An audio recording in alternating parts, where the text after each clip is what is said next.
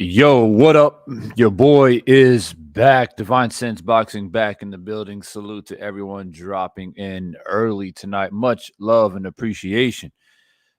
I know I haven't been coming live as much as I would like to, and I'm assuming that a lot of you would like to, but if you don't know, I am in some rigorous training right now, getting prepared to do a major fitness competition, one here in Bangkok at the end of this month, and then another one a week later in Bali, which is more about cycling, running, swimming, gymnastics, and a lot of different things like that. So really, it's just eat, sleep, and train for me right now. Very difficult to gather some energy to come on here, but I found a little bit of time today. I don't think it's going to be a really long live, but I did want to get some thoughts out about David Benavidez and Caleb Plant, and not necessarily a prediction video, but more just, just some initial thoughts, just, planting some seeds out there for the people out there that are curious of how I see this fight, breaking down the fighters a little bit. I will produce an official prediction video, hopefully within the next week or so. That'll be a video, not a live stream.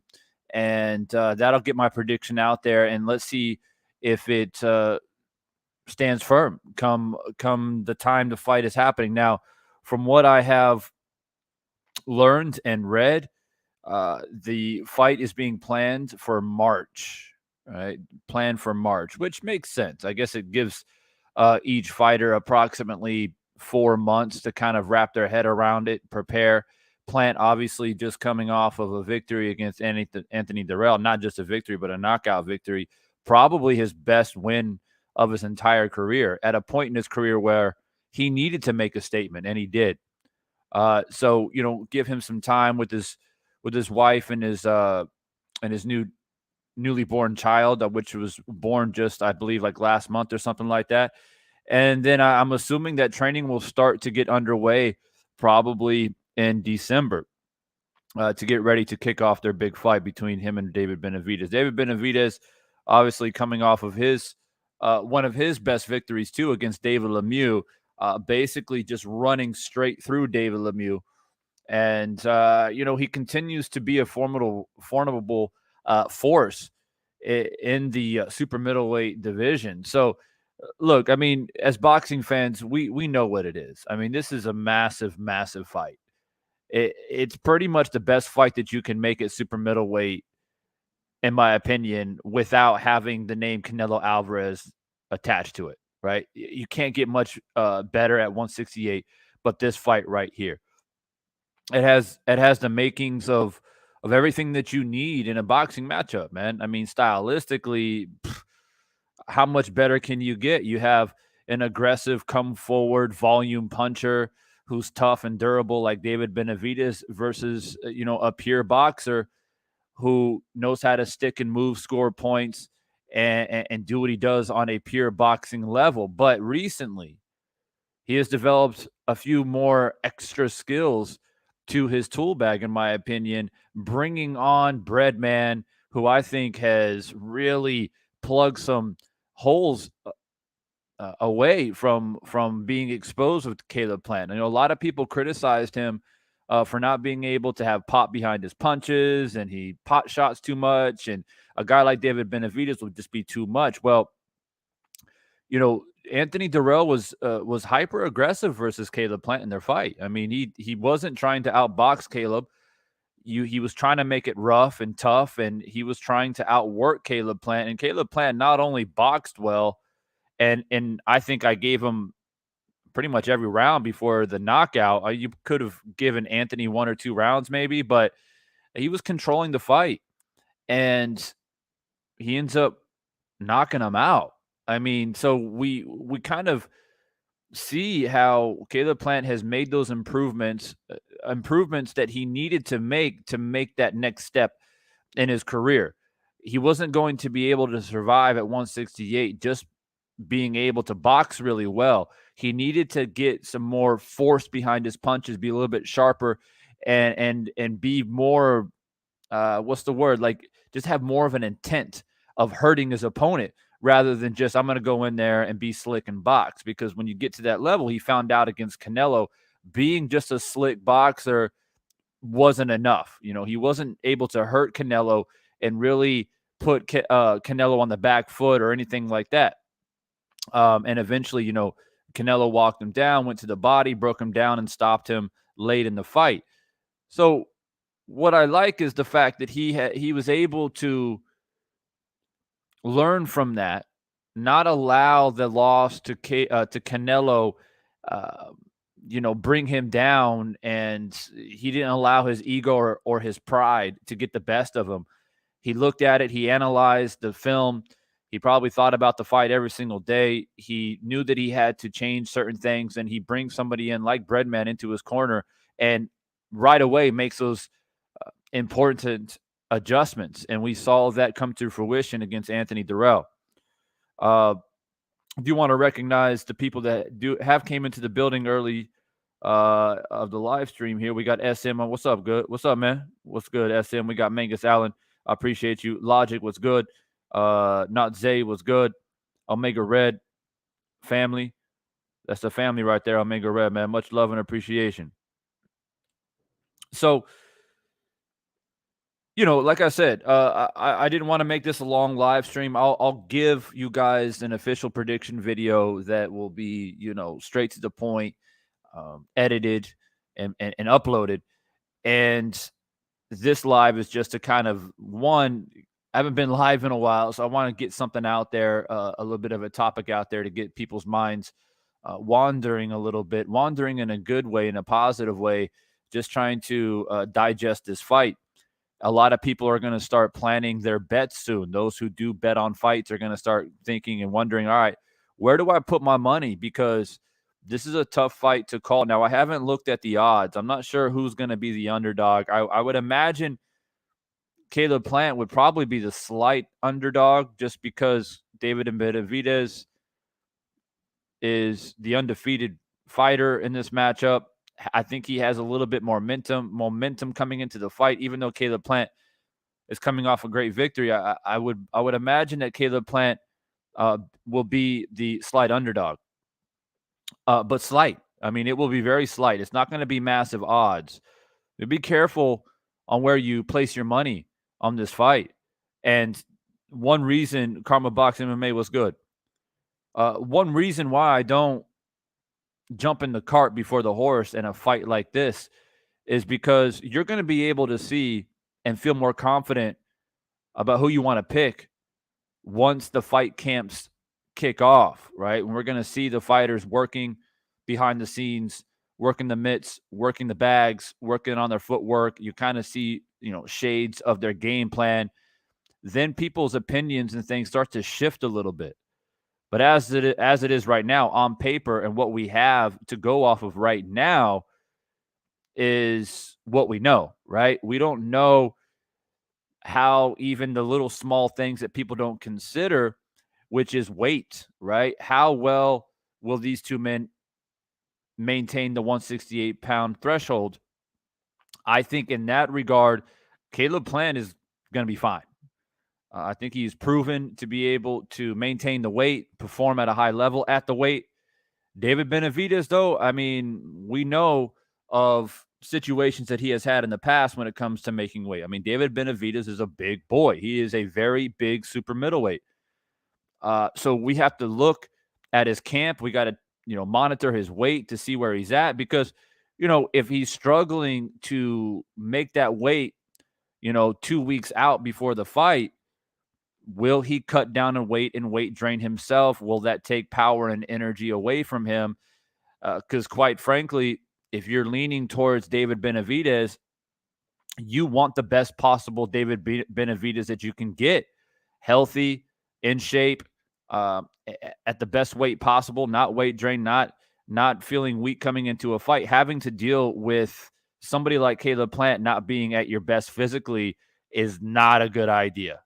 Absolutely not a good idea. You have all of the, skill sets and the tangibles, and you have the style to beat Caleb Plant. Absolutely. Absolutely you do.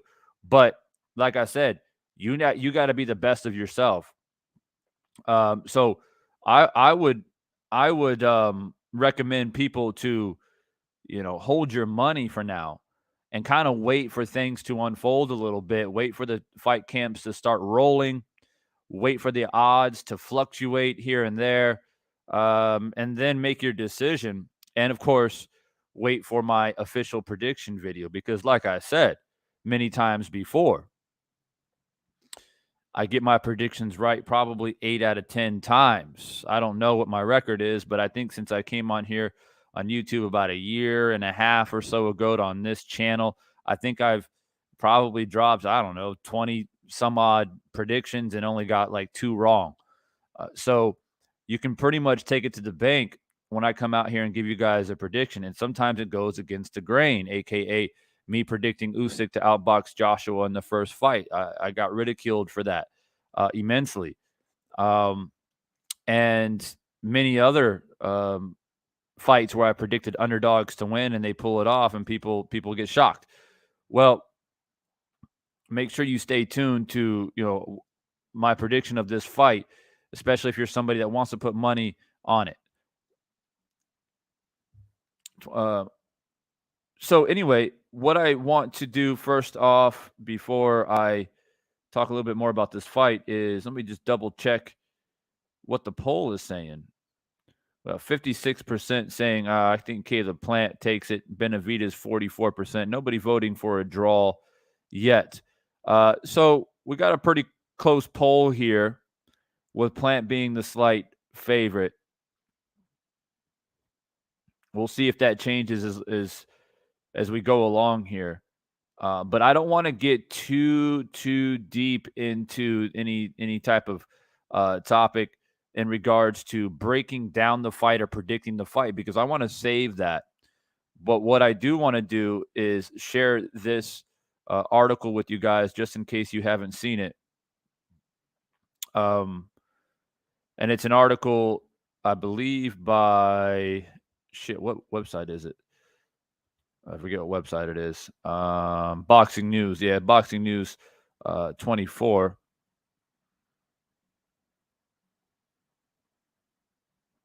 Yeah. All right. So just wanted to share this with you guys. If you haven't heard yet, give me a moment. Let me take off this backdrop.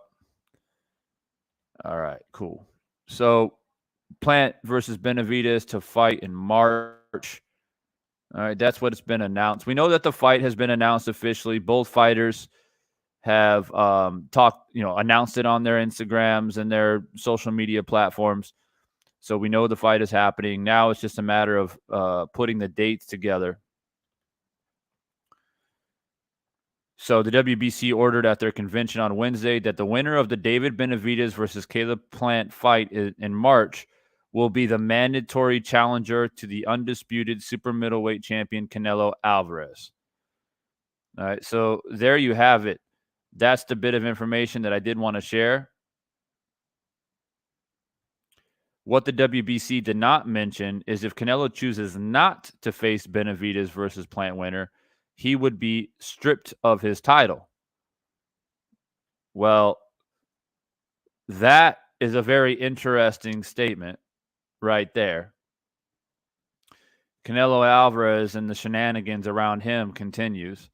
I think that if the WBC makes the winner of Benavidez Plant a mandatory, if they're making this a mandatory type fight, then Canelo should be forced to honor that as the champ, right? And if he doesn't, he should be stripped 100%.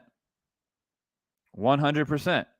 So the idea that they're, we don't even know if Canelo refuses, will he be stripped or not? It shouldn't even be a question. It shouldn't even be a question. If the WBC or any of the sanctioning bodies make this a mandatory fight for the champion, who was Canelo Alvarez, he should honor it.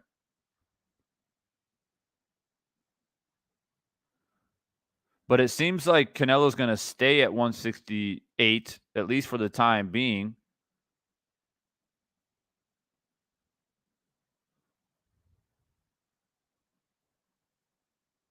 Yeah. I just find it interesting. It's a lot of people have been saying that, that Benavidez and Canelo should fight, right? And obviously, I don't have any issue with that for the most part. But I think having this fight first between Benavidez and Plant, I like it. I think it makes sense, because if Plant essentially gets a rematch with Canelo, he should have to he should have to earn it, right? What's up, Fred? He should have to earn it. And by earning it, obviously beating Durrell and then going in and beating Benavidez, he has earned his rematch against Canelo 100%. And Benavidez, obviously the criticism has been, well, he hasn't really done that much. He hasn't really beat any credible fighters. Well, beating Caleb Plant is doing that, right? Is beating a credible fighter. He deserves his title shot against Canelo. And especially if he beats Plant better than what Canelo did. Like, imagine if Benavidez knocks out Plant in like 3 rounds. Right? So, in a way, it kind of worked out. It kind of worked out where, both fighters have to prove themselves to get that big title shot. Canelo has the ability to kind of sit back and wait to see what happens. Now,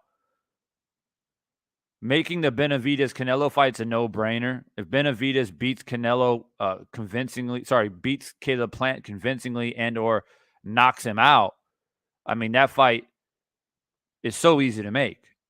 It's so easy. Because the critics no longer have the ability to say, but Benavidez, he's pretty good, but he hasn't beaten nobody. He just got done knocking out a guy or beating a guy that just knocked out Anthony Durrell on a comeback, who, quite frankly, had the knockout of the year, or at least a candidate of knockout of the year. It's a very credible win. Caleb Plant also being an ex-champion, right? So they can't say that anymore. Once David Benavidez gets past Caleb Plant convincingly, there's nowhere to turn if you're Canelo, right? So it works out in that way. Now, again, if you're Caleb Plant, you go in there and you outbox Benavidez. God forbid you knock out Benavidez. You never know. Nobody thought he was going to knock out Anthony Durrell either. I'm just saying.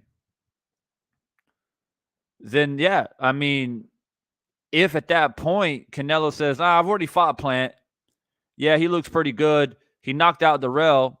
He beat Benavidez, but I've already fought him, so I'm not motivated to fight him again. I'm not going to give him a title shot. He should be stripped. He should be stripped. Period. End of conversation. And that's my thoughts about that. But I did want to share this with you, is that Plant versus Benavidez to fight in March. The winner faces Canelo Alvarez. So that's not me saying that. This is what the reports are coming out.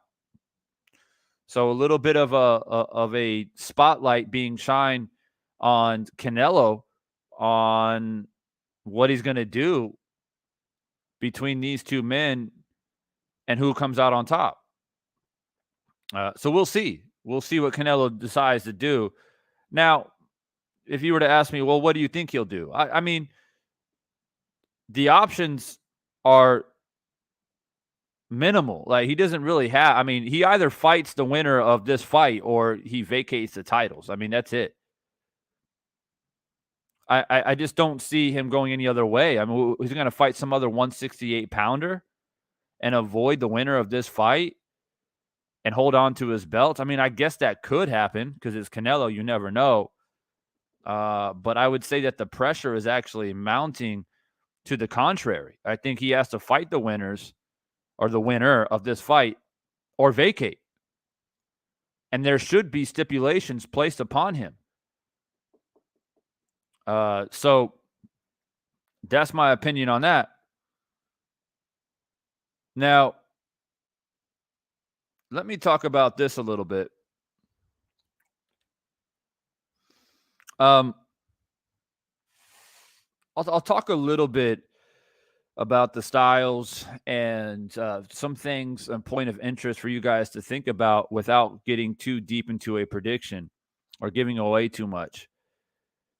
I emphasized earlier in this live stream about, Caleb Plant bringing in Breadman into his camp. And I feel like that's crucial. I feel like that was probably the best move that Caleb Plant has done his entire career. It doesn't improve him as a boxer, but it improves him as a fighter. Right? Caleb Plant has the skill to box with the best. But as a fighter, and when I say the word fighter, I mean someone who's willing to actually go in there and fight a little bit, right? Punch with intent to actually punch to try and hurt your opponent. And I think that is a factor that should be considered when you look at this fight. Now, if you were to tell me to think about this fight pre-Caleb Plant Canelo, I might lean a little bit more towards Benavidez because I don't feel like Caleb Plant fights with enough intent to hurt his opponent. And Benavidez is ruthless. He is relentless. Okay? He will come after you and he will take a punch to give a better punch. He has no fear in doing that. And Caleb Plant can move around as much as he wants. David Benavidez is also very good at cutting off the ring. He's made a living out of it. He's made a career out of that so far. People that try to get away from him, he traps them and he breaks them down. The one thing that you can do as a pure boxer to offset an aggressive style, a relentless style like David Benavidez, is you got to force them to respect you, just like Floyd Mayweather was able to get Canelo to respect him in their fights. People talk about how brilliant Floyd Mayweather boxed in that fight, and he did. I mean, he boxed the shit out of Canelo. But he was also snapping Canelo's head back in that fight. He was clearly keeping Canelo alert the entire fight. It's almost like Canelo had to force himself to let his hands go at times because he didn't want to just be stuck in the mud. As Floyd was just picking him apart. And so that's what you have to do if you're Caleb Plant, is you got to figure out a way to get David Benavidez stuck in the mud, right? Take away his momentum. You got to use a little bit of wax on, wax off type theory here and use his aggression against him. He's going to overcommit, and he's going to underestimate this newfound talent that you have either rediscovered or newly discovered, which is a little bit of pop behind your punches that can clearly knock someone out cold. Right? David Benavidez might look at that knockout that Caleb Plant had over Durrell and say, I wouldn't make that mistake, or, oh, my chin's better than Durrell, or, he can try to downplay it. And he probably will. He probably will downplay it because that's just who he is. And he thinks he's stronger, tougher, and a better fighter than Anthony Durrell. So if you're Caleb Plant, you got to take advantage of that. And you got to punch him in the face so hard that he's like, "Oh shit, I can't just come after this man like that, because every time I do, I'm getting a glove in my face and it hurts." You got to force David Benavidez to put him on a plan B. And David Benavidez, for the most part, has been able to just stick. He's got a plan A. He comes in, he sticks to it, and nobody's able to deter him or force him to switch to a plan B. He's been able to stick with his plan until that plan, makes him victorious. We saw that against David Lemieux. It's like he just kept coming. That was his plan. I'm gonna beat him up. I'm gonna knock him out. I mean, he's got to do something extraordinary for me to take a step back and reevaluate. That's what you have to do against a guy like David Benavidez. You got to force David Benavidez to reevaluate. And what I'm saying is bringing somebody in like Breadman could be the difference maker. It could be. And like I said, when you're thinking about this fight, especially if you're planning to bet on this fight, you have to consider that. Don't look at this fight black and white. Just look at it from the perspective of, being mesmerized of the relentlessness of David Benavidez, as astounding and remarkable as it is. All right? This is chess, not checkers. This is a thinking man's game. One thing that gave David Benavidez over Caleb Plant, one factor that gave David Benavidez the edge over Caleb Plant for years of talking about these two men clashing in the ring, is that Caleb Plant is a great boxer, but he can't do anything he can't do enough, or he doesn't have enough punching power or pop behind his punches to keep David Benavidez off of him. But that has seemingly been debunked now. And that's what people need to pay attention to. No, I'm not suggesting, what's up, specific volume in the building. I'm not suggesting that Caleb Plant's going to knock out David Benavidez. What I'm suggesting is looking into Caleb Plant's newfound ability. Watch the Anthony Durrell fight again. Watch it in its entirety. Pay attention to the small, intricate details of Caleb Plant and how he fights Anthony Durrell. Then you compare that to compare it to the Canelo fight. Him fighting Canelo versus him fighting Anthony Durrell are literally, it's Caleb Plant, but it's very clear that he took a completely different approach and looked way sharper, way faster, way more confident, and was hurting Durrell. It wasn't just the left hook to the body and then come upstairs and knock him out. He hurt, I think, Durrell several times. Durrell just played it off. Caleb Plant set up that knockout. He had already softened Anthony Durrell up. Now, a lot of people will say, oh, well, he looked that way against Canelo because it's Canelo. He was starstruck, and Canelo's different than Anthony Dirrell, and he can be more confident against Dirrell, but he can't be confident against Canelo. Now, that I would say is partially true. It's partially true because, Canelo is the biggest star in boxing. There could have been a spotlight factor there where maybe Caleb Plant was a little bit starstruck. That's possible. But I don't buy the fact that,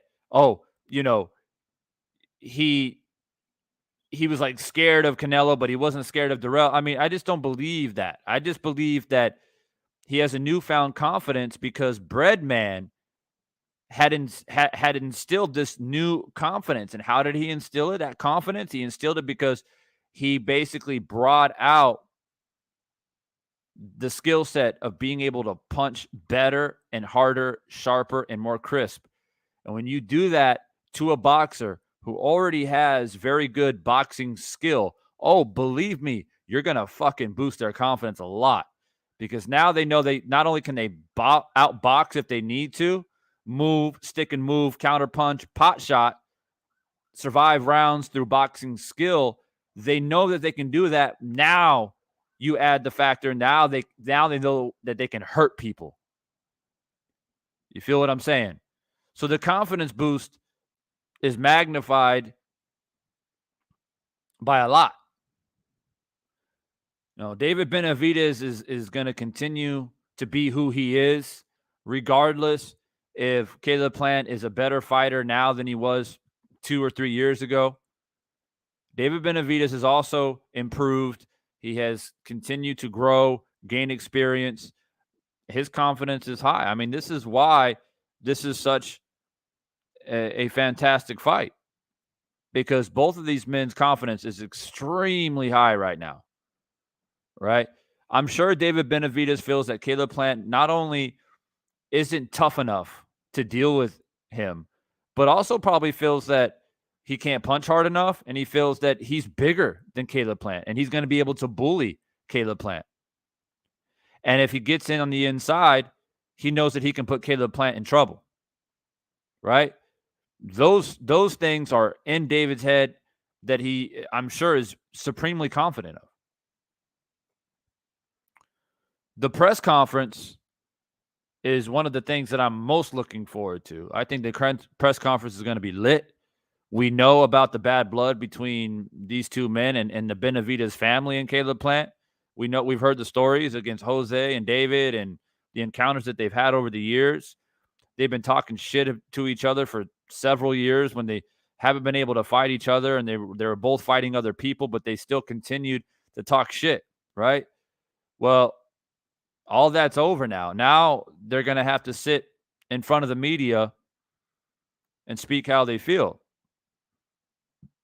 And I can hear, what's up, Calvin? What's up, Demon? I can hear it already. David Benavidez telling Caleb Plant, I'm not Anthony Dirrell, bro. I'm a different beast. And I'm going to come at you, and I don't think you can stop me. I'm a much smarter fighter than Anthony Dirrell, and he's going to go on he's going to go off of that because David Benavidez knows that the media is basically still tailgating that victory that Caleb Plant had over Anthony Dirrell, right? Because it was a remarkable knockout. Nobody thought Caleb Plant was going to be able to do that. So, like I said, the media is going to tailgate that as much as they can to help build this fight, the promoters as well. So David has to latch on to that and remind the people that he's a much superior fighter and a much bigger problem than Anthony Dirrell. Okay, the plan, on the other hand, he's got to convince the people that he can outbox and also hurt David Benavidez, because convincing the people that, oh, I can outbox David easily for 12 rounds is not going to be enough to sell the fight. Will not sell the idea that he can win. I don't think people will believe that. He needs to convince the people that not only can I outbox David, but I can hurt David. I can hurt him. And if David Benavidez thinks that he can come forward and just bully me, he's got another thing coming. I'm going to punch him right in the face, and it's going to hurt. And he's going to have to reevaluate his strategy. That's what Caleb Plant is going to have to sell to the public to give the public confidence that he has a chance to beat David Benavidez. Now, like I said, David Benavidez is the favorite. You know, he will be Plant will be the slight underdog. So it's Plant that has to prove to the people that he can deal with David. Right now, people feel like David is he's a monster. Like, it doesn't look like anybody's able to deal with him. That's why people are saying, oh, he got to go against, Canelo. Canelo's got to be the guy, because I don't think there's anybody out there that can deal with David Benavidez' relentlessness. Right? But here uproots Caleb Plant, a reborn Caleb Plant, if you will. And here we are, right? Here we are. So Logic says, is it true Benavidez Sr. said Plant stipulation was 22 size ring and Plant picks the gloves? I haven't heard that. Nothing surprises me in boxing, but I haven't heard that. But that don't really make too much sense, because David Benavidez is the headline name. He's the favorite. He's also I think he has a belt too at 168. Or, well, I know Canelo's the undisputed, but he's the headline name for sure. It'll be Benavidez versus Plant, not Plant versus Benavidez. So I don't think Plant will have the bargaining power to put those type of stipulations on the ring size or the gloves. But you never know. We'll see what happens. They should be able to iron out this fight quite easily. I don't think there'll be any hiccups. My main concern, if it comes to like hiccups in this fight, it would be weight. Like, more so on David Benavidez' side. Like, I'm still concerned about that. I know a lot of people are confident that David Benavidez will no longer have problems with the weight, but I don't. I think he still could potentially have problems making weight. So if anything, if you're Caleb Plant, then that's what I would pay close attention to is, can we put a stipulation on the fight if David Benavidez can't make weight? If anything, that's what you should be worried about. Nitty G in the building was good. Professor X, you don't have a belt. Yeah, okay.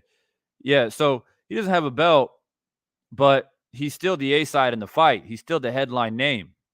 It's going to be Benavidez versus Plant, not Plant versus Benavidez.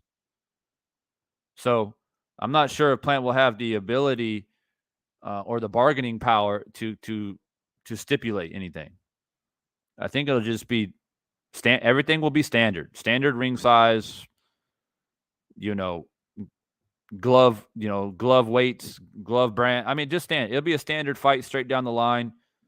I don't think those things will come up, in my opinion, but the weight should be addressed.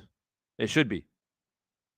If I was Caleb Plant, that's the one thing I would bring up. I would bring that up to the promoter's attention to say, all right, if this guy doesn't make weight, like what's the process here? And for some people that say, oh, Divine, that's not a big deal. Well, how the fuck is it not a big deal? I mean, there's weight classes for a reason. David Benavidez is that's already an advantage going into the fight, simply based off of rehydration. We know that Caleb Plant's going to be smaller than David Benavidez. If David Benavidez makes 168 the day before the fight, great. But when they rehydrate, we all know David Benavidez is going to be bigger. So it does matter. It does matter if he makes weight or he doesn't make weight. And is there a rehydration clause? I don't know. Those will be the details that I'll be paying close attention to. Because if David Benavidez is able to rehydrate to whatever he wants, as long as he makes 168, that could be interesting. You come into the fight like, damn near 180 pounds. I mean, who knows? Caleb Plant, he'll make 168, probably come in fight night like 172 maybe. He's not going to rehydrate that much in comparison to David Benavidez. So those details are actually more important, in my opinion, in comparison to ring size and gloves, because I don't think ring size and gloves will be an issue. Logic says, reading a statement from Senior saying gloves, ring size, blue corner, and walking in second were stipulations. Senior said agreed, thinking Plant wouldn't take the fight if not agreed to. I'm not sure. But look, to be honest with you, I've been around talking about boxing for long enough. I don't go off the words of camps, like trainers, coaches. I just don't go off. I go off of the official word that is announced by the people that are promoting this fight, that will release all the information to the public, the promoters, the managers, the people that are actually negotiating this fight. I understand that, oh, well, coaches, they're part of the negotiation. I mean, not really. They're really not. Coaches are not a part of any negotiation process. They can put thoughts forward. They can give their opinions, but it's the promoters that make this fight. The fighters have their own personal stipulations that they would like to have. They have their stances and things like that. But at the end of the day, nothing is official until it comes from the horse's mouth. And I've learned that over time. Teofimo Lopez's dad talks all kinds of crazy shit. Angel Garcia, about Danny Garcia, used to talk all kinds of crazy shit. And Benavidez Sr. has been known to talk crazy shit about both of his sons that comes out to not be true. Especially, when you have coaches who happen to be fathers, sometimes it's even worse because they be coming out with all kinds of shit. And that, they're trying to protect their son, or they're trying to get out the information, or they hear a rumor, they act on it without waiting for official information to be released because they have an emotional investment in the fight. It's not just their fighter, it's their son as well. So we got to keep that in mind when you're listening to these type of things. I mean, I'm not saying that it's not true. I'm just saying I take it with a grain of salt and I wait for the official announcement from the people that are promoting this fight. So anyway, I didn't want to make this a long live stream. Just want to come out and give you guys some quick thoughts. I am super excited about the fight. I think next year it could potentially be the fight of the year. It's looking to be March of 2023. It looks like the target month to make the fight happen, which means that they'll probably start their training camps somewhere around mid-December. They'll start promoting the fight probably around that time. So a lot to look forward to. There's a lot of bright spots in boxing in an era of a lot of darkness. Obviously, the Spence Crawford situation has brought a lot of darkness to the sport, but we do have glimmer of light and hope when we're able to be a part of big fights like David Benavidez versus Caleb Plant. Super excited about it.